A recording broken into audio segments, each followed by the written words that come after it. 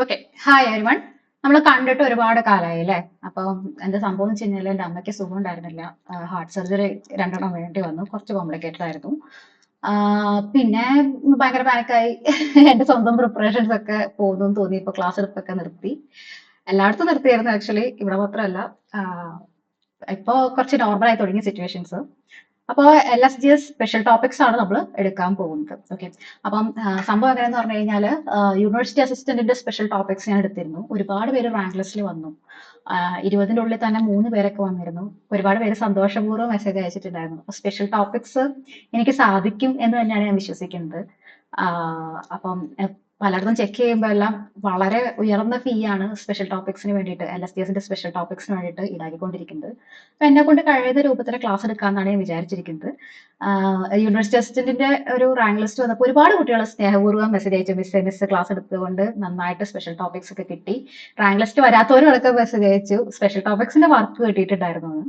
എന്നാൽ ഉയർന്ന റാങ്ക് കിട്ടി ചിലരൊക്കെ ഒന്നും മിണ്ടിയ പോലും ഇല്ല. കുഴപ്പമില്ല, നമ്മൾ ഒരു കാര്യം പഠിപ്പിക്കുന്നത് മര്യാദയ്ക്ക് ചെയ്യാന്നുള്ളതാണ്, തിരിച്ചു കിട്ടുന്നതല്ല. എന്നാലും നിങ്ങളുടെ നിന്നൊക്കെ ഓരോ മെസ്സേജും കമന്റും ഒക്കെ പ്രതീക്ഷിക്കുന്നുണ്ട്. ഇനി ഓരോ പഞ്ചായത്തിലൊക്കെ പോകുമ്പോൾ അവിടുത്തെ സെക്രട്ടേറിയറ്റിന്റെ സ്റ്റുഡൻസ് ഉണ്ടാവണം എന്ന് പറയുന്നത് അതൊരു സ്വപ്നം തന്നെയാണ്. അപ്പൊ നമുക്ക് തുടങ്ങാം. നമ്മുടെ LSGSന്റെ സ്പെഷ്യൽ ടോപ്പിക്സിന്റെ ഒരു പേപ്പർ മൊത്തം ഉണ്ട് അല്ലെ. 100 മാർക്കാണ്. കഴിഞ്ഞ പ്രാവശ്യം യൂണിവേഴ്സിറ്റി അസിസ്റ്റന്റിന്റെ പോലെ കുഞ്ഞു മാർക്ക് ഒന്നുമല്ല, 100 മാർക്കിനാണ് സാധനം. അപ്പം എല്ലാ കാര്യമൊന്നും എനിക്ക് അറിയാൻ ഞാൻ അവകാശപ്പെടുന്നില്ല. പരമാവധി ട്രൈ ചെയ്ത് കൊണ്ടുവരുന്നതാണ്. കുറ്റങ്ങളും കുറവുകളൊക്കെ ഉണ്ടെങ്കിൽ പറയാം. ഓക്കെ. അപ്പം സംഭവം എങ്ങനെയെന്ന് പറഞ്ഞു കഴിഞ്ഞാൽ ഫസ്റ്റത്തെ ഈ 100 മാർക്കിന്റെ സെക്കൻഡ് പേപ്പറിൽ ഫസ്റ്റത്തെ 2 കാര്യം എന്ന് പറയുന്നത് ഇവല്യൂഷൻ ഓഫ് പൊളിറ്റിം എക്കണോമിക്സും ആണ്. അത് ഞാനിപ്പോ എടുക്കുന്നില്ല. കാരണം എന്താ വെച്ച് കഴിഞ്ഞാൽ അത് അത്യാവശ്യം നിങ്ങൾക്ക് കിട്ടുന്നതാണ്, പല സ്ഥലത്തു നിന്നായിട്ട് കിട്ടുന്നതാണ്. ഈ ബാക്കിയുള്ള topics rural development, decentralisation, urbanisation, അങ്ങനത്തെ കാര്യങ്ങൾ, ഇ ലേണിംഗ്, അങ്ങനത്തെ കാര്യങ്ങളാണ് മെറ്റീരിയൽ കുറവ് കിട്ടുന്നതും ക്ലാസ്സുകൾ കുറവായിട്ട് കിട്ടുന്നു. അപ്പൊ അവിടെ വെച്ച് നമുക്ക് തുടങ്ങാം. അവസാനങ്ങളിലേക്ക് വരുമ്പോൾ ആദ്യ 2 ടോപ്പിക്കും കൂടി എടുക്കാം കേട്ടോ. അപ്പൊ റൂറൽ ഡെവലപ്മെന്റ് വെച്ച് നമുക്ക് തുടങ്ങാം. എന്താണ് റൂറൽ ഡെവലപ്മെന്റ്? നമുക്ക് സിലബസ് 15 മാർക്കിനുള്ള സിലബസ് ഉണ്ട്. ഓക്കെ, 15 മാർക്കിനുള്ള സിലബസ് ഉണ്ട്.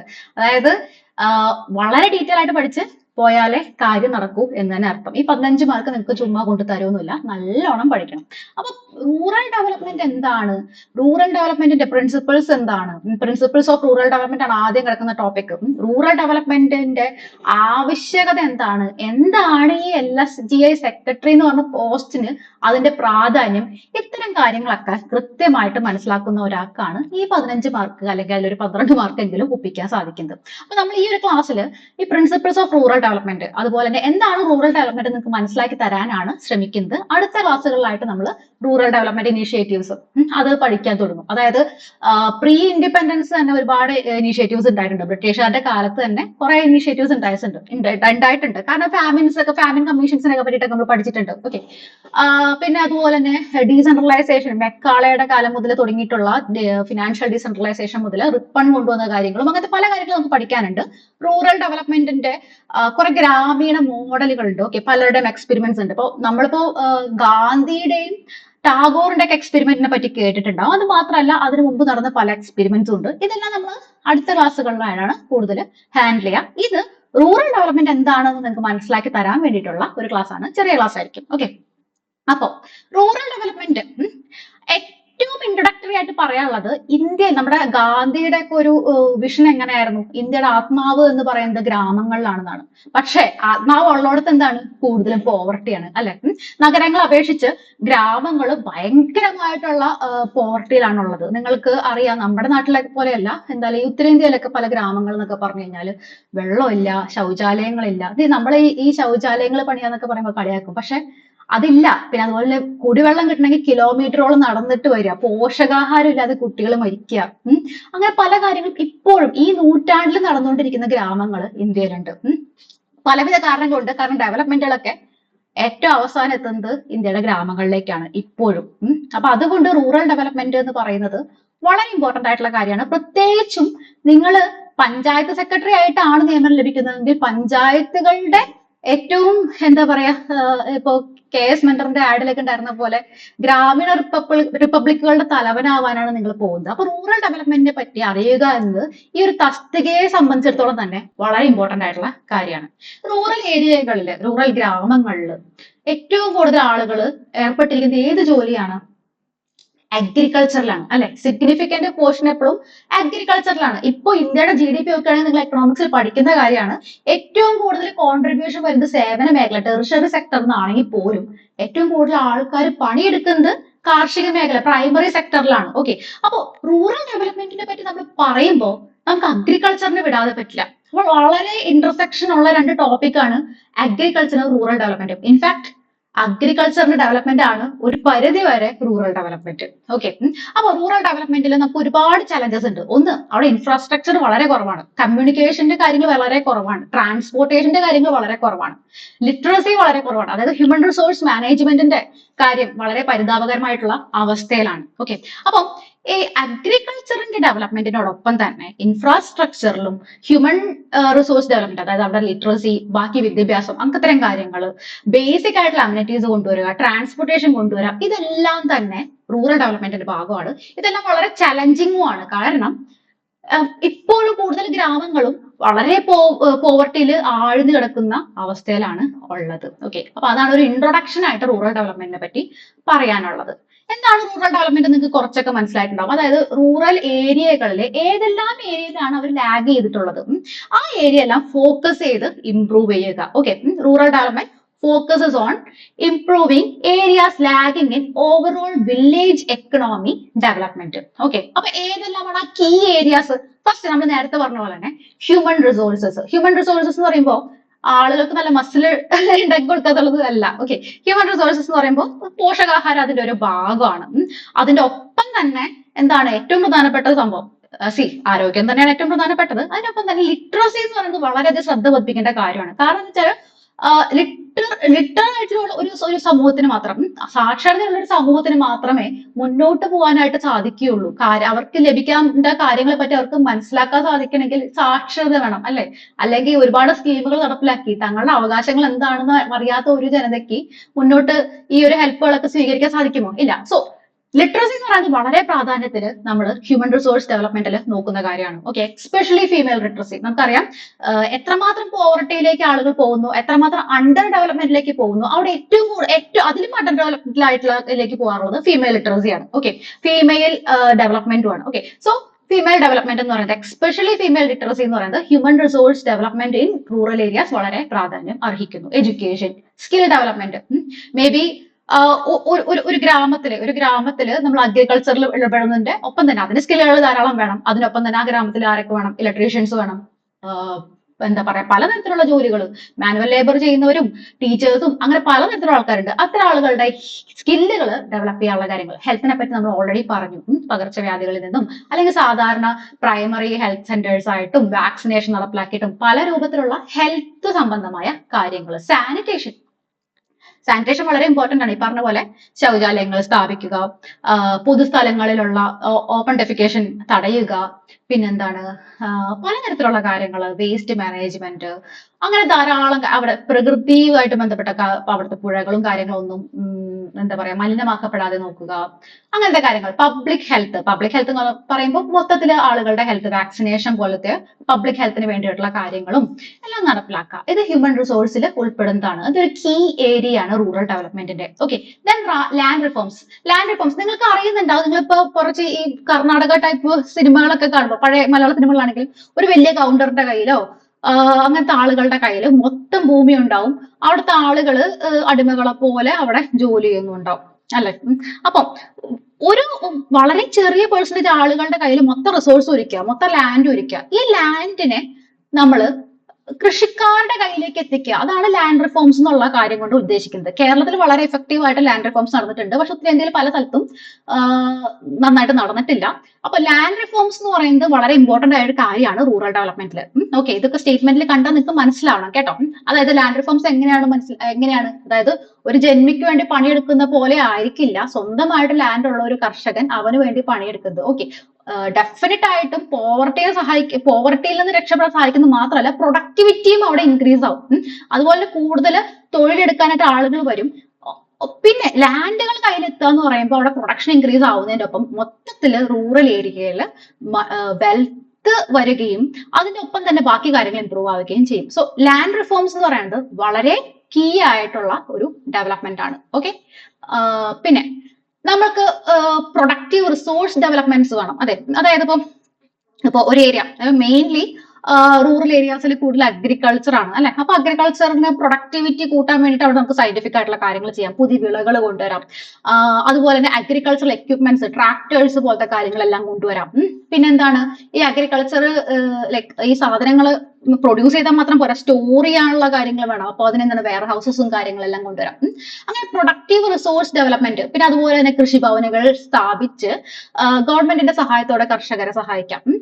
പിന്നെ വേറെ ഏതെങ്കിലും തരത്തിൽ ഇപ്പൊ റൂറൽ ഏരിയാസിൽ ഇപ്പൊ കരകൗശലമായിട്ടുള്ള കാര്യങ്ങളോ അങ്ങനെ എന്താണെങ്കിലും പ്രൊഡക്റ്റീവ് റിസോഴ്സ് ഡെവലപ്മെന്റിനെ കൊണ്ടുവരാന്ന് പറയുന്നത് വളരെ ഒരു കീ ഏരിയ ആണ്. ഓക്കെ, നെക്സ്റ്റ് ബാക്കി ഇൻഫ്രാസ്ട്രക്ചറൽ ആയിട്ടുള്ള കാര്യങ്ങൾ എന്താണ്, ഇലക്ട്രിസിറ്റി, ഇറിഗേഷൻ, ക്രെഡിറ്റ് എന്ന് പറഞ്ഞു കഴിഞ്ഞാൽ എന്താണെന്ന് അറിയാമോ? അതായത് ഗ്രാമീണ വ്യവസ്ഥിതിയിൽ ഈ ക്രെഡിറ്റ് എന്ന് പറഞ്ഞു കഴിഞ്ഞാൽ വളരെ ഇമ്പോർട്ടന്റ് ആയിട്ടുള്ള കാര്യമാണ്. കാരണം കർഷകർക്ക് പലപ്പോഴും വിത്ത് ഇറക്കാനായിട്ട് അതിന് അവരുടെ എല്ലാ കാശ് ഉണ്ടാവില്ല. അപ്പൊ അവരെന്ത് ചെയ്യും, ഈ വട്ടിപ്പലിശക്കാരുടെ കയ്യിൽ നിന്നൊക്കെ കാശ് വാങ്ങിക്കും. പകരം ഇവരുടെ കയ്യിൽ നിന്ന് അവർ ഒരുപാട് പലിശ ഈടാക്കി അവസാനം ലാൻഡ് വരെ കയ്യിൽ നിന്ന് പോകുന്ന അവസ്ഥയിലേക്ക് എത്തും. സോ അതിനു വേണ്ടിയിട്ട് എല്ലായിടത്തും സഹകരണ ബാങ്കുകൾ സ്ഥാപിക്കുക, അതുപോലെ തന്നെ RRBs സ്ഥാപിക്കുക, ഇത്തരത്തിലുള്ള കാര്യങ്ങളെല്ലാം തന്നെ നമ്മുടെ ഗവൺമെന്റ് സ്വീകരിക്കാറുണ്ട്.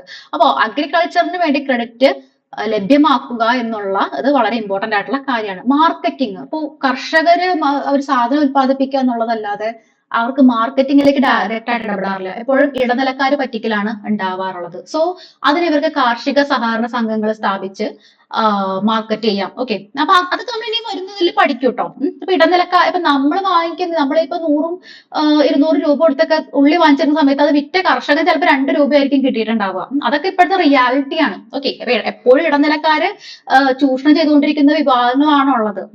അതിനെപ്പറ്റിയൊക്കെ നമ്മൾ പഠിക്കും. പിന്നെ ട്രാൻസ്പോർട്ട് വളരെ അത്യാവശ്യമാണ്. അപ്പോൾ കാർഷികമായിട്ടുള്ള കാര്യങ്ങൾ ഉത്പാദിപ്പിച്ചാൽ തന്നെ അത് ട്രാൻസ്പോർട്ട് ചെയ്യണം. അത് മാത്രമല്ല ആളുകൾക്ക് അങ്ങോട്ടും ഇങ്ങോട്ടും പോകണം, നല്ല കോളേജുകളിലേക്ക് യാത്ര ചെയ്യണം. പിന്നെ വില്ലേജ് റോഡുകൾ, agriculture research is very important.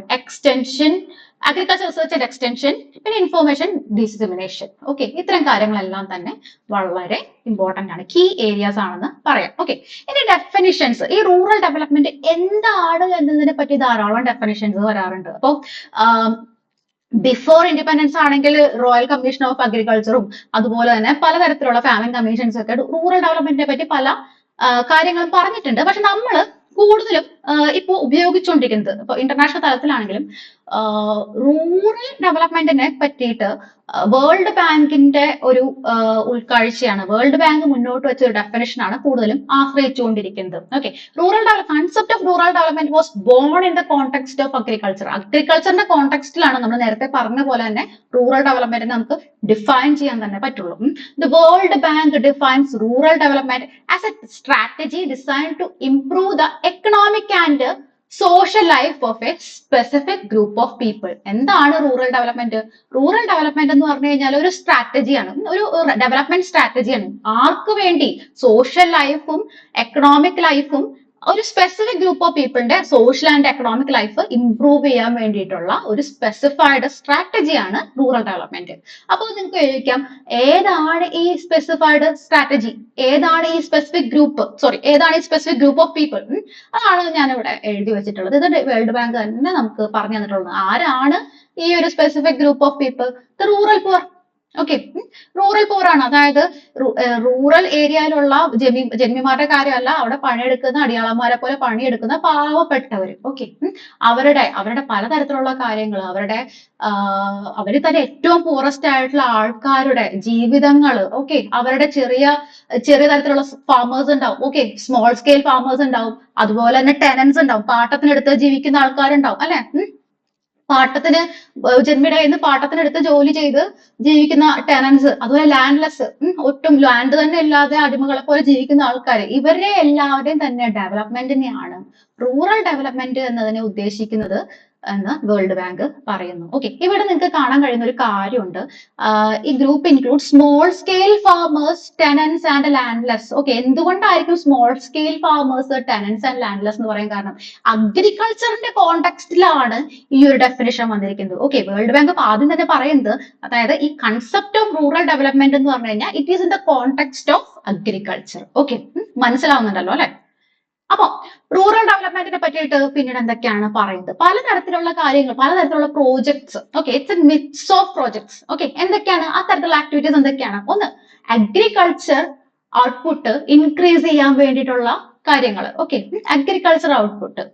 Create new employment. See, പുതിയതായിട്ടുള്ള എംപ്ലോയ്മെന്റുകൾ, ഡൈവേഴ്സിഫിക്കേഷൻ ഓഫ് എംപ്ലോയ്മെന്റുകൾ കൊണ്ടുവരാനായിട്ട് വേൾഡ് ബാങ്ക് പറയുന്നുണ്ട്. അതായത് ഒരു റൂറൽ ഏരിയയിൽ അഗ്രികൾച്ചർ ബേസ്ഡ് ആണ്, അപ്പൊ അവിടെയുള്ള കുട്ടികൾക്ക് പഠിക്കാനായിട്ട് സ്കൂളുകൾ, അതിനുവേണ്ടിയുള്ള അധ്യാപകരും മറ്റു പല ജോലികൾ, ഹെൽത്ത് വർക്കേഴ്സ്. ഓക്കെ, അപ്പൊ ഇങ്ങനെ ന്യൂ എംപ്ലോയ്മെന്റ്സ് സൃഷ്ടിക്കുക. ഇംപ്രൂവ് ഹെൽത്ത് ആൻഡ് എഡ്യൂക്കേഷൻ, ഹെൽത്തും എഡ്യൂക്കേഷനും ഇംപ്രൂവ് ചെയ്യുക. Extend communication and improve housing. Expand communication and improve housing. Okay, ഇതെല്ലാം നിങ്ങൾക്ക് മനസ്സിലാവുന്നുണ്ടല്ലോ അല്ലെ? അപ്പൊ ഇത്തരത്തിലുള്ള കാര്യങ്ങളെല്ലാം തന്നെയാണ് വേൾഡ് ബാങ്ക് 1975 റൂറൽ ഡെവലപ്മെന്റിനെ പറ്റിയിട്ട് പറഞ്ഞിട്ടുള്ളത്. ഇതാണ് നമ്മൾ ഏറ്റവും ബേസ് ആയിട്ട് സ്വീകരിക്കാറുള്ളത്. ഓക്കെ, അപ്പൊ അതുകൊണ്ട് വേൾഡ് ബാങ്ക് എന്താണ് പറയുന്നത്? റൂറൽ പുവറിന്റെ social life and economic life, അതിന്റെ ഇംപ്രൂവ്മെന്റിനെ പറ്റിയിട്ടാണ് റൂറൽ ഡെവലപ്മെന്റ് എന്നതിനെ പറ്റി വേൾഡ് ബാങ്ക് പറഞ്ഞിട്ടുള്ളത്. ഇത്രയും കാര്യങ്ങൾ നിങ്ങൾക്ക് മനസ്സിലായെന്ന് ഞാൻ പ്രതീക്ഷിക്കുകയാണ്. അപ്പൊ പിന്നീട് ഈ റൂറൽ ബാങ്ക് 1975 പറഞ്ഞ പിന്നീട് പലതരത്തിലുള്ള ഉള്ള കൂട്ടിച്ചേർക്കലുകളും ഗവൺമെന്റിന്റെ പല ടാസ്ക് ഫോഴ്സുകളും പല കാര്യങ്ങളും എന്താ പറയാ പല കാര്യങ്ങളും മുന്നോട്ട് വെച്ചിട്ടുണ്ട്. ഓക്കെ, അപ്പൊ നമ്മളുടെ ഇപ്പൊ പ്രധാനമായിട്ടും റൂറൽ ഡെവലപ്മെന്റിനെ പറ്റി പറയുമ്പോൾ വേൾഡ് ബാങ്ക് പറഞ്ഞ മുഴുവൻ കാര്യങ്ങളും അഗ്രികൾച്ചറിന്റെ കോണ്ടെക്സ്റ്റിലാണെങ്കിൽ ഇപ്പോ നമ്മള് റൂറൽ ഡെവലപ്മെന്റിനെ കുറച്ചും കൂടി, അതായത് റൂറൽ ഏരിയയിലുള്ള ആളുകളുടെ ചോയ്സസ് ഇൻക്രീസ് ചെയ്യുക എന്ന രൂപത്തിൽ പറയാറുണ്ട്. അതായത് ഞാനൊരു റൂറൽ ഏരിയ ജനിച്ചത് കൊണ്ട് എനിക്ക് അഗ്രികൾച്ചർ മാത്രമാണ് എന്റെ മുന്നോട്ടുള്ള വഴി എന്ന് പറയുന്നത്, അത് ഫെയർ ആണോ? അല്ലല്ലോ. ഞാൻ റൂറൽ ഏരിയയിൽ ജനിച്ച ആളാണെന്നുണ്ടെങ്കിൽ എനിക്കും ഒരു നഗരത്തിൽ ജീവിക്കുന്ന ആളെ പോലെ തന്നെയുള്ള അവസരങ്ങൾ വേണം. എനിക്കും വേണമെങ്കിൽ ഒരു ഡോക്ടർ ആവണം, എനിക്കും വേണമെങ്കിൽ ഒരു ഇൻഡസ്ട്രിയലിസ്റ്റ് ആവണം, എനിക്കും വേണമെങ്കിൽ ഒരു ബിസിനസ്സുകാരി ആവണം. ഓക്കെ, അപ്പൊ എങ്ങനെ widen the people's range of choices, ഇതാണ് ഇപ്പൊ പ്രധാനമായിട്ടും one of the main objective of rural development എന്ന രീതിയിൽ നമ്മൾ കാണാറുള്ളത്. അത് നമ്മൾ റൂറൽ ഏരിയയിൽ ഇംപ്ലിമെന്റ് ചെയ്യുന്ന പ്രോഗ്രാംസിലും ഈ ഒരു ഉദ്ദേശം, ഈ ഒരു ഒബ്ജക്റ്റീവ് മുന്നിൽ വെക്കും. അതായത് widen the people's range of choices. ഒരു ഒറ്റ ചോയ്സ് മാത്രമല്ല, അഗ്രികൾച്ചർ എന്നുള്ള ഒറ്റ ചോയ്സ് മാത്രമല്ല, നിരവധി ചോയ്സസ്. ഓക്കെ, അതിന് വേണ്ടിയിട്ട് സ്കിൽ ഡെവലപ്മെന്റ് പ്രോഗ്രാംസ് ഒക്കെ നമ്മൾ പല സോഷ്യൽ സെക്യൂരിറ്റി കാര്യങ്ങളൊക്കെ പഠിക്കുമ്പോൾ ഗവൺമെന്റിന്റെ ഈ സ്കിൽ ഡെവലപ്മെന്റ് പ്രോഗ്രാംസിനെ പറ്റിയിട്ടൊക്കെ പഠിക്കും കേട്ടോ. ഇപ്പൊ റൂറൽ പൂറിനൊക്കെ പ്രത്യേകിച്ച് റൂറൽ യൂത്തിനെ മുന്നോട്ട് വെക്കുന്ന അവർക്ക് മറ്റു ജോലികൾ നേടിക്കൊടുക്കാനുള്ള തരത്തിലുള്ള കാര്യങ്ങളൊക്കെ ഉണ്ട്, നമ്മൾ പഠിക്കും, വരുന്ന ക്ലാസ്സുകളിൽ പഠിക്കും. The effort should be towards preservation and improvement of rural environment, and rural development planning may be conceived as a process of identifying the complex factors which contribute to the development of the rural area. See, rural developmentന്റെ നമ്മൾ ഈ choices increase ചെയ്യാനുള്ള കാര്യങ്ങളൊക്കെ ചെയ്യുമ്പോൾ എന്താണ്, ആ rural nature preserve ചെയ്യാനായിട്ട് നോക്കണം. Okay, ഒരു റൂറൽ ഏരിയയുടെ ആ ഒരു എൻവയറൺമെന്റിന്റെയും അവിടുത്തെ കൾച്ചറിന്റെ ഒക്കെ നേച്ചർ പ്രിസർവ് ചെയ്യാൻ വേണ്ടി നോക്കണം. അപ്പൊ വളരെ കോംപ്ലക്സ് ആയിട്ടുള്ള കാര്യമാണ്. നമുക്ക് ഗ്രാമങ്ങളിൽ കൊണ്ടുപോയിട്ട് ഒരുപാട് ഇൻഡസ്ട്രീസ് സ്ഥാപിച്ചു കഴിഞ്ഞാൽ അത് ഡയറക്റ്റ് ആയിട്ട് പെട്ടെന്ന് അങ്ങ് ഡെവലപ്പ് ആവുമൊന്നുമില്ല. ഓക്കെ, ആ റൂറൽ ഏരിയയുടെ കൾച്ചറും റൂറൽ ഏരിയയുടെ എൻവയറൺമെന്റ്, എൻവയറൺമെന്റ് നമ്മൾ റൂറൽ ഏരിയയിലൊക്കെ ഒരുപാട് പാടങ്ങളും കാര്യങ്ങളൊക്കെ ഉണ്ടാവും, നമുക്കറിയാം. പരിസ്ഥിതിയിൽ വയലുകളുടെയും തണ്ണീർത്തടങ്ങളുടെ ഒക്കെ ഇമ്പോർട്ടൻസ് എന്ന് പറയുന്നത്. സോ ഇതെല്ലാം പ്രിസർവ് ചെയ്തുകൊണ്ട്, കൾച്ചറും പ്രിസർവ് ചെയ്തുകൊണ്ട്, വളരെ കോംപ്ലക്സ് ആയിട്ടുള്ള ഫാക്ടേഴ്സിനെല്ലാം ഐഡന്റിഫൈ ചെയ്തുകൊണ്ട് റൂറൽ ഏരിയനെ ഡെവലപ്മെന്റിലേക്ക് കൊണ്ടുവരണം. ഓക്കെ, അപ്പം നമുക്ക് എന്താ പറയാ, നമുക്ക് നോക്കാവുന്ന ഒരു ഡെഫിനേഷൻ ഉണ്ട്. അതായത് നമ്മുടെ മുമ്പത്തെ യൂണിയൻ ഫിനാൻസ് മിനിസ്റ്റർ ആയിട്ടുള്ള സി സുബ്രഹ്മണ്യന്റെ കുറച്ച് ഒരു ഉൾക്കാഴ്ചയുണ്ട്. അത് പലപ്പോഴും റൂറൽ ഡെവലപ്മെന്റിനെ പറ്റി സംസാരിക്കുമ്പോൾ പലരും കോട്ട് ചെയ്ത് കാണാറുണ്ട്. അതുകൊണ്ടാണ് ഞാൻ ഇവിടെ വെച്ചിട്ടുള്ളത്.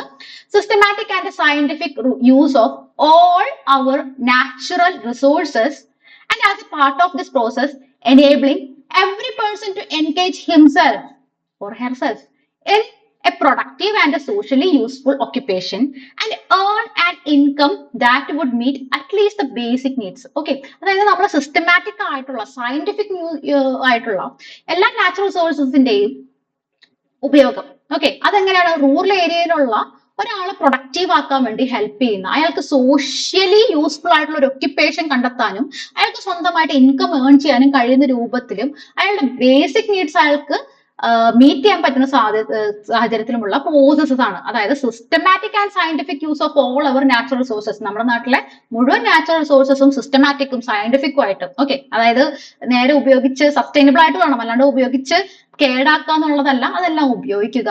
ഒരു റൂറൽ ആയിട്ടുള്ള ഒരാൾക്ക് ഇത് അനുസരിച്ച് അയാളുടെ ഏർണിങ്സ് ഉണ്ടാക്കാൻ സാധിക്കും ഒരു പ്രൊഡക്റ്റീവ് ആയിട്ടുള്ള രൂപത്തിൽ. എങ്ങനത്തെ ആയിരിക്കണം പ്രൊഡക്റ്റീവ് ആയിരിക്കേണ്ടത്? സോഷ്യലി റെലവെന്റ് ആയിട്ടുള്ള, ഓക്കെ, സോഷ്യലി റെലവെന്റ് ആയിട്ടുള്ള, സൊസൈറ്റിക്ക് ആവശ്യമുള്ള തരത്തിലുള്ള സോഷ്യലി യൂസ്ഫുൾ ആയിട്ടുള്ള ഒരു ഒക്യുപ്പേഷൻ കണ്ടെത്താനും അവന്റെ സ്വന്തം കാര്യങ്ങൾ മീറ്റ് ചെയ്യാനും സാധിക്കുക. ഓക്കെ, ഇതാണ് ശ്രീ സി സുബ്രഹ്മണ്യൻ പറഞ്ഞിട്ടുള്ള ഡെഫിനിഷൻ എന്ന് പറയുന്നത്. ഇത് നിങ്ങൾ പഠിച്ചു വെക്കണം. കാരണം പല സ്പീച്ചസും കേൾക്കുമ്പോൾ മിക്കവാറും ഇദ്ദേഹത്തിന്റെ ഈ ഒരു ഉൾക്കാഴ്ച ഇത് കാര്യം കോട്ട് ചെയ്യുന്നതായിട്ട് കണ്ടിട്ടുണ്ട്. ഓക്കെ, അപ്പൊ അതുകൊണ്ട് ഈ ഒരു വേർഡ് നമുക്കറിയാം, നമുക്ക് പലപ്പോഴും ക്വസ്റ്റ്യൻസ് വരാറുണ്ട് ഇതാരാണ് പറഞ്ഞിട്ടുള്ളത് എന്നുള്ള രൂപത്തിൽ. ഓക്കെ, അപ്പൊ അങ്ങനെ നമുക്ക് ഈ ഒരു ഏരിയയിൽ ഇങ്ങനെ ഒരു കോട്ട് വരാനായിട്ടുള്ള സാധ്യത കാണുന്നുണ്ട്. ഓക്കെ, നമുക്ക് അപ്രോച്ചസ് നോക്കാം. എന്തൊക്കെ തരത്തിലുള്ള അപ്രോച്ചസ് ആണ് റൂറൽ ഡെവലപ്മെന്റിന് വേണ്ടി സ്വീകരിക്കാറുള്ളത്? ഒന്നാമത്തെ അപ്രോച്ച് എന്ന് പറയുന്നത് ഏരിയ ഡെവലപ്മെന്റ് പ്രോഗ്രസ് ആണ്, അപ്രോച്ച് ആണ്. ഏരിയ, അതായത് ഒരു ഏരിയ കണ്ടെത്താം, ഏതെങ്കിലും ഒരു ഏരിയ കണ്ടെത്തി ആ ഒരു സ്പെസിഫിക് ഏരിയയിൽ ഉള്ള കാര്യങ്ങൾ. ഇപ്പൊ ഈ DPAP എന്ന് പറഞ്ഞ സംഭവം ഉണ്ടല്ലോ, അത് ഡ്രോട്ട് പ്രോൺ ഏരിയ പ്രൊജക്ട് ആണ്. അതായത് ഡ്രോട്ട്, അതായത് എന്താണ്, ക്ഷാമം വരുന്ന അല്ലെങ്കിൽ എന്താ പറയാ, ഇങ്ങനെ വരൾച്ചയും ക്ഷാമവും ഒക്കെ വരുന്ന ഏരിയ ഉണ്ടല്ലോ, അത്തരം ഏരിയാസ് നോക്കിയിട്ടുള്ള ഇപ്പൊ എപ്പോഴും ക്ഷാമം വരുന്ന ഒരു ഏരിയ ആണെങ്കിൽ അവിടെ ഇറിഗേഷൻ വർക്ക്സ് കൂടുതൽ നടത്താം, ക്ഷാമത്തിന് മുൻകൂട്ടി കണ്ടുകൊണ്ട് വരൾച്ചനൊക്കെ മുൻകൂട്ടി കണ്ടുള്ള കാര്യങ്ങൾ നടത്താം. അങ്ങനത്തെ പ്രോഗ്രാംസ് ഒക്കെയാണ് നമ്മൾ ഏരിയ ഡെവലപ്മെന്റ് അപ്രോച്ചിൽ ചെയ്യാം. അതുപോലെ കമാൻഡ് ഏരിയ ഡെവലപ്മെന്റ് പ്രോഗ്രാം, ഇതൊക്കെ നിങ്ങൾ പഠിച്ചിട്ടുണ്ടാവും, അല്ലെങ്കിൽ നമ്മൾ ഇനി അടുത്ത ക്ലാസ്സുകളിലൊക്കെ പഠിക്കും. പിന്നെ അതുപോലെ തന്നെ ട്രൈബൽ ഡെവലപ്മെന്റ് പ്രോഗ്രാം, ട്രൈബൽ ഏരിയാസിന് അവിടെ റെലവെന്റ് ആയിട്ടുള്ള കാര്യങ്ങൾ ചെയ്യേണ്ടി വരും. ട്രൈബ്സിന്റെ ജീവിത രീതികളും അവരുടെ കൾച്ചറും കാര്യങ്ങളും അവരുടെ പ്രകൃതി വിഭവ ഉപയോഗവും കാര്യങ്ങളെല്ലാം മുന്നിൽ കണ്ടിട്ടാണ് നമുക്ക് ട്രൈബൽ ഡെവലപ്മെന്റ് പ്രോഗ്രാംസ്. അതുപോലെ തന്നെ ഹിൽ ഏരിയ ഡെവലപ്മെന്റ് പ്രോഗ്രാം, ഇതെല്ലാം നമ്മൾ മുമ്പ് പഠിക്കുന്നതാണ് കേട്ടോ, പക്ഷെ നമ്മൾ ഇനിയും പറയും. അപ്പൊ ഏരിയ ഡെവലപ്മെന്റ് അപ്രോച്ച് എന്ന് പറയുന്നത് ഒരു ഏരിയയെ കാണുന്നു, ആ ഏരിയ ഹില്ലി ഏരിയ ആണെങ്കിൽ അവിടെ പ്രത്യേക തരത്തിലുള്ള പ്രോഗ്രാംസ് ഇൻക്ലൂഡ് ചെയ്യുന്നു. ട്രൈബൽ ഏരിയ ആണെങ്കിൽ ട്രൈബൽ ഏരിയക്ക് സ്പെസിഫിക് ആയിട്ടുള്ള കാര്യങ്ങൾ ഇൻക്ലൂഡ് ചെയ്യുന്നു. പിന്നെ അത് ഡ്രോട്ട് പ്രോൺ ഏരിയ ആണെന്നുണ്ടെങ്കിൽ അവിടെ അങ്ങനത്തെ കാര്യങ്ങൾ ചെയ്യുന്നു. ഓക്കെ, അപ്പോൾ ഏരിയ ഡെവലപ്മെന്റ് അപ്രോച്ചിൽ നമുക്ക് ഇൻക്ലൂഡ് ചെയ്യാൻ പറ്റുന്ന കാര്യങ്ങളാണ് ഈ പ്രോഗ്രാംസ് എല്ലാം തന്നെ. നമ്മൾ ഇനിയും പറയൂ കേട്ടോ, ഇത് ഫസ്റ്റ് നിങ്ങൾക്ക് കാര്യങ്ങൾ മനസ്സിലാക്കി തരാന്നുള്ളതാണ് ഇന്നത്തെ ക്ലാസ്സിന്റെ ലക്ഷ്യം. ഓക്കെ, അപ്പൊ ഫസ്റ്റ് അപ്രോച്ച് എന്ന് പറയുന്നത് ഏരിയ ഡെവലപ്മെന്റ് അപ്രോച്ച് ആണ്. Next one minimum package approach. Minimum package approach എന്ന് പറഞ്ഞു കഴിഞ്ഞാൽ ഒരു ഏരിയനെ കണ്ടെത്തുന്നു. ഓക്കെ, ഒരു സ്ഥലം, ആ സ്ഥലത്തിന്റെ ഒരു സ്പെസിഫിക് പാർട്ട് അഡ്രസ് ചെയ്ത് അവിടെ ഒരു സ്പെസിഫിക് ആയിട്ടുള്ള ഒരു പ്രോഗ്രാം ഇംപ്ലിമെന്റ് ചെയ്യുക. അതായത് ഇപ്പൊ നിങ്ങൾ ഇന്റൻസീവ് അഗ്രികൾച്ചർ ഡിസ്ട്രിക്ട് പ്രോഗ്രാം കണ്ടെത്തുന്നുണ്ടാവും. ഒരു സ്പെസിഫിക് ഡിസ്ട്രിക്ട് കണ്ടെത്തി അവിടെ ഇന്റൻസീവ് ആയിട്ടുള്ള ഒരു പ്രോഗ്രാം ഇംപ്ലിമെന്റ് ചെയ്യാണ് ഉണ്ടായിട്ടുള്ളത്. അത് ആ ഏരിയയിലുള്ള അഗ്രികൾച്ചർ പ്രൊഡക്ഷൻ സർപ്ലസ് ആവുന്ന പോലെ. സർപ്ലസ് ആവുക എന്ന് പറഞ്ഞാൽ എന്താണ്, നമുക്ക് ആവശ്യമുള്ളതും കഴിഞ്ഞ് മാർക്കറ്റിൽ വിൽക്കാനുള്ളത് പോലെ അത്തരത്തില് പ്രൊഡക്ഷൻ ബേസ്ഡ് ആയിട്ടുള്ള ഒരു അപ്രോച്ച് ആണ് മിനിമം പാക്കേജ് അപ്രോച്ച് എന്ന് പറയുന്നത്. ഓക്കെ, അതിനുള്ള ഉദാഹരണമാണ്, പലതരത്തിലുള്ള ഉദാഹരണങ്ങളാണ് ഇന്റൻസീവ് അഗ്രികൾച്ചർ ഡിസ്ട്രിക്ട് പ്രോഗ്രാം. നമ്മൾ ഇതൊക്കെ 5 year പ്ലാൻസ് പഠിക്കുമ്പോൾ പഠിച്ചിട്ടുള്ള കാര്യമാണ്, നമ്മൾ ഇനിയും പഠിക്കും കേട്ടോ. Next target group approach. അതായത് നമ്മൾ ഇപ്പൊ ഒരു ഏരിയ, ആ ഏരിയയിൽ എന്താണ്, ആ ഏരിയയിൽ ഒരു ഡീപ്പ് ആയിട്ടുള്ള സ്റ്റഡി, ഒരു പർട്ടിക്കുലർ ഗ്രൂപ്പ് ഓഫ് പീപ്പിളിന് ഒരു ഡീപ്പ് ആയിട്ടുള്ള സ്റ്റഡി നടത്തുന്നു. ഇപ്പം ആ ഏരിയയിലത്തെ ആളുകൾ ലൈക്ക് നമ്മളിപ്പോ ജൂമിങ് കൃഷി രീതി, അങ്ങനത്തെ പല കൃഷി രീതികളൊക്കെ പഠിച്ചിട്ടില്ലേ. അപ്പൊ ആ കൾട്ടിവേഷൻ പഠിക്കുന്നു, അതിനെപ്പറ്റി ഡീപ്പായിട്ട് റിസർച്ച് ചെയ്യുന്നു. ഓക്കെ, അപ്പൊ ഈ ഒരു ഗ്രൂപ്പിന്റെ നേച്ചറും കാര്യങ്ങളും അവർ ചെയ്തുകൊണ്ടിരുന്ന കാര്യങ്ങളൊക്കെ വെച്ചിട്ട് എങ്ങനെ പ്രയോറിറ്റൈസ് ചെയ്തുകൊണ്ട് അവിടെ ഡെവലപ്മെന്റ് പ്രോഗ്രാംസ് കൊണ്ടുവരുന്നു. സോ ഇതിന്റെ ഒരു പ്രത്യേകത എന്ന് പറഞ്ഞു കഴിഞ്ഞാല് നമ്മൾ, അതായത് നമ്മൾ മീൻസ് ഏതെങ്കിലും ഒരു ഗ്രൂപ്പോ അല്ലെങ്കിൽ ഗവൺമെന്റോ ആരും ആയിക്കോട്ടെ, ഓക്കെ, അവർ ഇൻഡെപ്ത് ആയിട്ടുള്ള സ്റ്റഡി നടത്തി ഈ ഗ്രൂപ്പ്, ഈ ഒരു ഗ്രൂപ്പ് ഓഫ് പീപ്പിൾ അവർ തുടർന്നുകൊണ്ടിരുന്ന കാര്യങ്ങൾ തന്നെയാണ് പിന്നെയും അവർ തുടരേണ്ടത്. അതിന് റെസ്പോൺസിബിലിറ്റി മുഴുവൻ ആ ഗ്രൂപ്പിന്, നമ്മൾ പുറത്തുനിന്നുള്ള ഹെൽപ്പാണ് കൊടുക്കാം. ഓക്കെ, സ്റ്റഡി നടത്തി ഇങ്ങനെയെല്ലാം ചെയ്തു കഴിഞ്ഞാൽ നന്നായിരിക്കും എന്നുള്ള കാര്യം പറഞ്ഞ് ആ ഗ്രൂപ്പിനെ പിന്നീട് ഏൽപ്പിക്കുകയാണ് ചെയ്യുന്നത്. ഇതാണ് ടാർഗറ്റ് ഗ്രൂപ്പ് അപ്രോച്ച് എന്ന് പറയുന്നത്. ടാർഗറ്റ് ഗ്രൂപ്പ് അപ്രോച്ച് എന്ന് പറയുന്നത് മനസ്സിലാവുന്നുണ്ടല്ലോ? ഓക്കെ, അപ്പോൾ നമ്മൾ എന്ത് ചെയ്യും? നമ്മൾ സ്റ്റഡിയുടെ അനുസരിച്ച് അവർ ഓൾറെഡി തുറന്നുകൊണ്ടിരിക്കുന്ന കാര്യങ്ങളൊക്കെ വെച്ച് പ്ലാൻസ് ഒക്കെ എന്ത് ചെയ്യും? മോഡിഫൈ ചെയ്യും. ഓക്കെ, പ്ലാൻ പ്രയോറിറ്റീസും കാര്യങ്ങളൊക്കെ നോക്കിയിട്ട് ആ ഗ്രൂപ്പിനെ തന്നെ പിന്നീട് ഏൽപ്പിക്കും. ഇത് നമ്മൾ പുറത്തുനിന്ന് നടത്തുന്ന ഒരു പ്രോഗ്രാം അല്ല, ഗ്രൂപ്പിനെ എനേബിൾ ചെയ്യാണ് ചെയ്യുന്നത്, ഒരു സ്പെസിഫിക് ഗ്രൂപ്പിനെ. Okay, next one is integrated rural development approach. അതായത് ഇതങ്ങനെ ഒരു പ്രത്യേക ഗ്രൂപ്പിനെയോ പ്രത്യേക ഏരിയനോ അങ്ങനെ ഒന്നും അല്ല, എല്ലാവരെയും കൂടി ഉൾക്കൊണ്ടുകൊണ്ടുള്ള പ്രോഗ്രാംസ് ആണ് ഇന്റഗ്രേറ്റഡ് റൂറൽ ഡെവലപ്മെന്റ് അപ്രോച്ച്. അതായത് ഇപ്പോൾ ഒരു ഏരിയയിൽ പലതരത്തിലുള്ള കാര്യങ്ങൾ ഉണ്ടാവും. ഒരു കമ്മ്യൂണിറ്റിക്ക് ആവശ്യമുള്ള ഹെൽത്ത്, എഡ്യൂക്കേഷൻ, അങ്ങനെ എല്ലാ തരം കാര്യങ്ങളും അഡ്രസ് ചെയ്തുകൊണ്ട് open to all poor, specific group എന്നല്ല, എല്ലാ ആളുകളെയും ഉൾക്കൊള്ളിച്ചുകൊണ്ടുള്ളതാണ് ഇന്റഗ്രേറ്റഡ് ഡെവലപ്മെന്റ് അപ്രോച്ച് എന്ന് പറയുന്നത്. ഓക്കെ, ഇങ്ങനെ 4 അപ്രോച്ചസ് ആണ് ഉള്ളത്. ഇതെല്ലാം നിങ്ങൾ പഠിക്കുക. മിക്കവാറും സ്റ്റേറ്റ്മെന്റ് ആയിട്ടൊക്കെ നമുക്ക് കാണാം. കാരണം ഈ ഒരു പ്രിൻസിപ്പിൾസ് ഓഫ് റൂറൽ ഡെവലപ്മെന്റ് എന്ന് പറഞ്ഞാൽ ആ ഒരു ചെറിയ പാട്ടിനുള്ളിൽ ഇതെല്ലാമാണ് നമുക്ക് മനസ്സിലാക്കേണ്ടത്. പ്രത്യേകമായിട്ട് നിങ്ങൾ കൺസെപ്റ്റ് ഉൾക്കൊള്ളുക കേട്ടോ. ഇനി principles of rural development. Principles of rural development ഇത് ഞാൻ ICARന്റെ സൈറ്റിൽ നിന്ന് എടുത്തിട്ടുള്ള പ്രിൻസിപ്പിൾസ് ആണ്. ഓക്കെ, അപ്പം ഇത് തന്നെയാണ് കൂടുതൽ സ്ഥലത്തും കാണുന്നത്. ചെറിയ ചെറിയ വേരിയേഷൻസ് ഉണ്ടെന്നേ ഉള്ളൂ. സോ നമുക്ക് ഗവൺമെന്റ് സൈറ്റുകളെ തന്നെയാണ് എപ്പോഴും ഏറ്റവും കൂടുതൽ ആശ്രയിക്കാൻ സാധിക്കുന്നത്. അതുകൊണ്ടാണ് ഈ ഒരു 5 പ്രിൻസിപ്പിൾ ഞാൻ ആ ഒരു സൈറ്റിൽ നിന്ന് എടുത്തിട്ടുള്ളത്. ഓക്കെ, അപ്പൊ എന്തെല്ലാമാണ് റൂറൽ ഡെവലപ്മെന്റിന്റെ പ്രിൻസിപ്പിൾസ്? ഒന്ന്, ഇന്റഗ്രേറ്റഡ് അപ്രോച്ച്. നമ്മൾ എന്തൊരു റൂറൽ ഡെവലപ്മെന്റ് പ്രോഗ്രാം കാണിക്കുമ്പോഴും അവിടെ എന്താണ് റൂറൽ സൊസൈറ്റിക്ക് മുഴുവനായിട്ടും ട്രാൻസ്ഫോം ചെയ്യാൻ കഴിയുന്ന, എല്ലാവർക്കും ആക്സസ് ചെയ്യാൻ കഴിയുന്ന, അവരുടെ ലൈവ്ലിഹുഡ് ഇംപ്രൂവ് ചെയ്യാൻ കഴിയുന്ന തരത്തിലുള്ള പ്രോഗ്രാംസ് ആണ് നമ്മൾ ഇംപ്ലിമെന്റ് ചെയ്യേണ്ടത്. ഇന്റഗ്രേറ്റഡ് അപ്രോച്ച് എന്ന് പറഞ്ഞാൽ rural development seek to transform rural society and provide a better livelihood for rural people. Okay, then plan-based policies should deliver well-being to all, be underpinned by sound multi-level governance and prepare rural areas for a changed. Plan-based അല്ല, place-based policies. അപ്പൊ ഓരോ പ്ലേസും അത് different ആയിരിക്കും. So അത് may be ഇപ്പൊ നമ്മൾ ഇപ്പൊ ഒരു പ്രോഗ്രാം റൂറൽ തലത്തിൽ ചെയ്യുകയാണെന്നുണ്ടെങ്കിൽ, ഇംപ്ലിമെന്റ് ചെയ്യുകയാണെന്നുണ്ടെങ്കിൽ നമ്മൾ എന്താ ചെയ്യാം? അത് സ്റ്റേറ്റ് ലെവലിൽ ഇനിഷ്യേറ്റ് ചെയ്യുന്നു, പിന്നീട് ഡിസ്ട്രിക്ട് ലെവലുകൾ കഴിഞ്ഞ് ഏറ്റവും താഴെ പഞ്ചായത്തിലേക്ക് വന്നാണ് ഇംപ്ലിമെന്റ് ചെയ്യുക. സോ ഒരു മൾട്ടി ലെവൽ ഗവർണൻസ് ആയിട്ടുള്ള ഒരു സംഭവം ഏറ്റവും താഴെ തട്ടിൽ ഇറങ്ങി വരാൻ കഴിയുന്ന പ്ലേസ് ബേസ്ഡ് പോളിസീസ് വേണം. ഇപ്പൊ ഒരു നിങ്ങളുടെ ഒരു ഗ്രാമത്തിലെ പരിപാടി നടത്തുന്നുണ്ടെങ്കിൽ അത് ഡയറക്റ്റ് സ്റ്റേറ്റ് ഗവൺമെന്റ് നടത്തുന്നതാണെന്നുണ്ടെങ്കിൽ അത് അത്ര എഫക്റ്റീവ് ആയിരിക്കില്ല. പക്ഷെ അത് അവിടുത്തെ പഞ്ചായത്ത്, അവരുടെ വാർഡ് മെമ്പേഴ്സ് വഴി, അവരുടെ ഗ്രാമസഭകൾ മുഖേന നടത്തുവാണെങ്കിൽ എന്താണ്, അതായിരിക്കും എഫക്റ്റീവ് ആയിട്ടുള്ളത്. സോ പ്ലേസ് ബേസ്ഡ് പോളിസീസ് ആണ് വേണ്ടത്. Policies should deliver well being to all, be underpinned by sound multi level governance and prepare rural areas for change. മനസ്സിലായെന്ന് പ്രതീക്ഷിക്കുന്നു. ദെൻ ആക്സസ് എന്ന് പറഞ്ഞാൽ എന്താണ്? എല്ലാവർക്കും ഇതിന്റെ ബെനിഫിറ്റ്സ് കിട്ടണം. ആർക്കാണോ നീഡ് ഉള്ളത്. നമ്മൾ ഒരു പ്രോഗ്രാം ഇംപ്ലിമെന്റ് ചെയ്തു, അപ്പൊ അവിടുത്തെ പരുത്തി കർഷകർക്ക് വേണ്ടി ഒരു പ്രോഗ്രാം ചെയ്തു. അവിടുത്തെ പരുത്തി കർഷകൻ ലിറ്ററസിയോ, അയാൾക്ക് ഇതെല്ലാം കമ്പ്യൂട്ടറിൽ നോക്കാനുള്ള ഫോണൊന്നും ഇല്ലാന്ന് വിചാരിക്കും. എന്നിരുന്നാൽ പോലും അയാൾക്ക് അത് കിട്ടാതെ പോകരുത്. അതിന് വേണ്ടിയിട്ടുള്ള സംവിധാനങ്ങൾ വേണം. ഓക്കെ, എല്ലാവർക്കും ആക്സസ് ചെയ്യാൻ പറ്റുന്ന രൂപത്തിലുള്ള പ്രോഗ്രാംസ് ആണ് ഡിസൈൻ ചെയ്യേണ്ടത്. ഇൻഡിപെൻഡൻസ്, അതായത് നമ്മള് ഫാർമേഴ്സിനെ സഹായിക്കുന്നു. ഫാർമേഴ്സിനോട് പറയാണ് നാളെ മുതൽ നിങ്ങൾ ഇന്ന സാധനം കൃഷി ചെയ്യാൻ പാടുള്ളൂ, ഇന്ന് തന്നെ ഉപയോഗിക്കണം, അങ്ങനെയല്ല. എപ്പോഴും ഇൻഡിപെൻഡൻസ് കൊടുക്കണം. നമ്മൾ അവർ പുറത്തു നിന്നും ഹെൽപ്പ് ചെയ്യുന്നു എന്ന് മാത്രമാണ്. ഓക്കെ, അതായത് നമ്മളിപ്പോ ഒരു ഫാർമറിനെ ഹെൽപ്പ് ചെയ്യുന്നു, അതുകൊണ്ട് അവർ ആ ജീവിതകാലം മുഴുവൻ ഈ ഒരു പ്രോഗ്രാമിനെ ഡിപ്പെൻഡ് ചെയ്ത് നിൽക്കുന്ന പോലെ ആവരുത്. അയാൾ ചെയ്യുന്നതിനെ പുറത്തുനിന്ന് ഹെൽപ്പ് ചെയ്യാം. Support farmers without making their livelihood depend on the programme. Okay, അപ്പൊ ഇൻഡിപെൻഡൻസ്, ഒരു ഫാർമറിന്റെ ഓട്ടോണോമി എന്ന് പറയുന്നത് വളരെ ഇമ്പോർട്ടന്റ് ആണ്. ഇൻഡിപെൻഡൻസ് നമ്മൾ ഉറപ്പാക്കിയിട്ട് തന്നെ വേണം റൂറൽ ഡെവലപ്മെന്റ് നടപ്പിലാക്കാനായിട്ട്. പിന്നെ എന്താണ് സസ്റ്റൈനബിലിറ്റി? എപ്പോഴും പറയുന്നതാണ് development programmes that are sustainable ആയിട്ടുള്ള, സുസ്ഥിരമായിട്ടുള്ള കാര്യങ്ങൾ നമ്മൾ ഇംപ്ലിമെന്റ് ചെയ്യണം. ഒരു ദിവസം തുടങ്ങി പിറ്റേ ദിവസം നിന്ന് പോകുന്നതാവരുത്, അല്ലെങ്കിൽ ഏതെങ്കിലും ഒരു കാര്യത്തിന് പ്രകൃതിയെയോ അതിനെ ചൂഷണം ചെയ്യുന്നൊന്നും ആവരുത്. സസ്റ്റൈനബിൾ ആയിട്ടുള്ള ഒരു കാര്യമാണ് നമ്മൾ ഇംപ്ലിമെന്റ് ചെയ്യേണ്ടത്. സോ റൂറൽ ഡെവലപ്മെന്റിനെ പറ്റിയിട്ടുള്ള പ്രിൻസിപ്പിൾസ് എന്താണ്? ഇന്റഗ്രേറ്റഡ് അപ്രോച്ച് പഠിച്ചു വെക്കണം. സിലബസിൽ പ്രത്യേകം എടുത്തു പറഞ്ഞിട്ടുള്ള കാര്യമാണ്. പിന്നെന്താണ്? Place based policies, access, independence, sustainability. Okay, അപ്പൊ കാര്യങ്ങൾ നമ്മൾ ചെറിയ ക്ലാസ് ആയിരുന്നു. ആദ്യത്തെ കുറച്ച് കാര്യങ്ങൾ മാത്രം നമ്മൾ പറഞ്ഞിട്ടുള്ളൂ. നിങ്ങൾ ശ്രദ്ധിച്ച് പഠിക്കുക. സംശയങ്ങൾ ഉണ്ടെങ്കിൽ ചോദിക്കുക.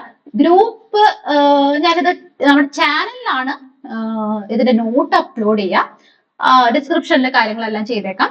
അപ്പൊ പഠിച്ചു തുടങ്ങുക, കൂടെയുണ്ട്.